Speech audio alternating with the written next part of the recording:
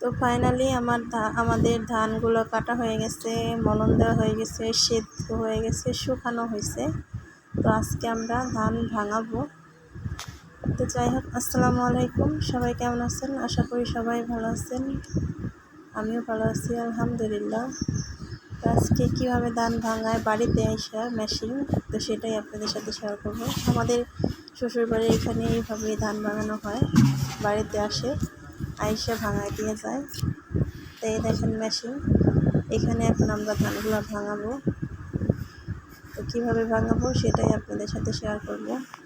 সব কিছুই যখন করছি এটাও আপনাদের সাথে শেয়ার করব। তো দেখেন, এইটার ভিতরে চালগুলো দিতে হয়।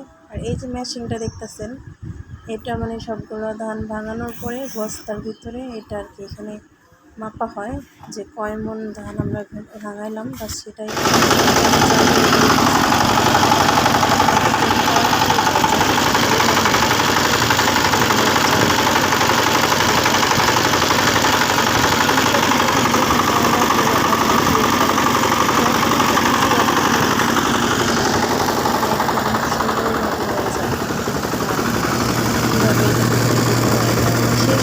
আগে এখানে দিতে হয়। তো যাই হোক, আমি তো এই মানে আমরা গেছিলাম হলো বাজারে। তো বাজার থেকে আসার পরে দেখি যে আমাদের ধান ভাঙানোর মেশিন চলে আসছে। তো বাজারগুলো পরে বের করছি, ধান ভাঙানো তারপরে বাজারগুলো বের করছি।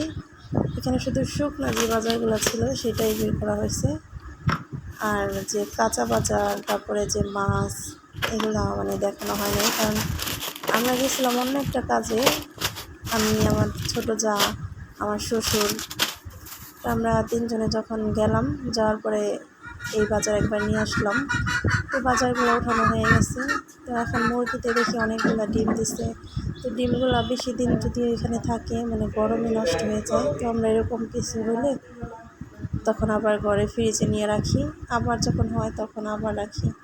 তো দুঃখের বিষয় যে আমাদের যে বাচ্চাটা মোটরসাইকেল উঠেছে আর গাড়িটা একদম মারা গেছে।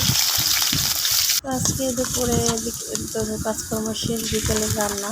আর এখানে সবাই জানেন যে সকালবেলা রান্না করি আমরা, আবার বিকেলবেলা রান্না করি।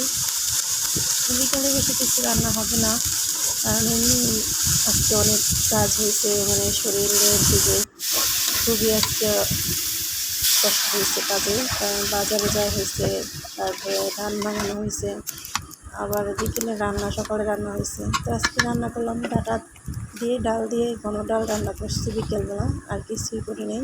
তো সেটা আপনাদের সাথে শেয়ার করলাম। ডালটা হয়ে গেছে, এখন বাগার দেব। তো হয়ে গেছে আমার ডাল একদম। তো এখানে ছিল একটা গাছ, এই গাছটা আমার মেয়ে, ওর বয়স 7 বছর। ওরে দিছিলাম 10 টাকা খাইতে, ও না খায় সেটা দিয়ে এই গাছটা এনে লাগাইছে। সবাই দোয়া করবেন গাছটার জন্য। তো শেষে দেখি আমার সন্ধ্যা হয়ে গেছে, আমার শাশুড়ি সিম গাছ লাগাইতেছে। প্রতি বছরই আমরা লাগাই। তো সেটাও আপনাদের সাথে শেয়ার করলাম। যাই হোক, সবাই ভালো থাকবেন, সুস্থ থাকবেন।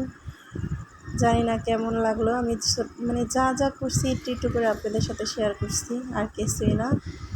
তো সবাই ভালো থাকবেন, ইনশাল্লাহ আমিও আবার নতুন কোনো ভিডিও নিয়ে আবার আসবো। আল্লাহ হাফেজ।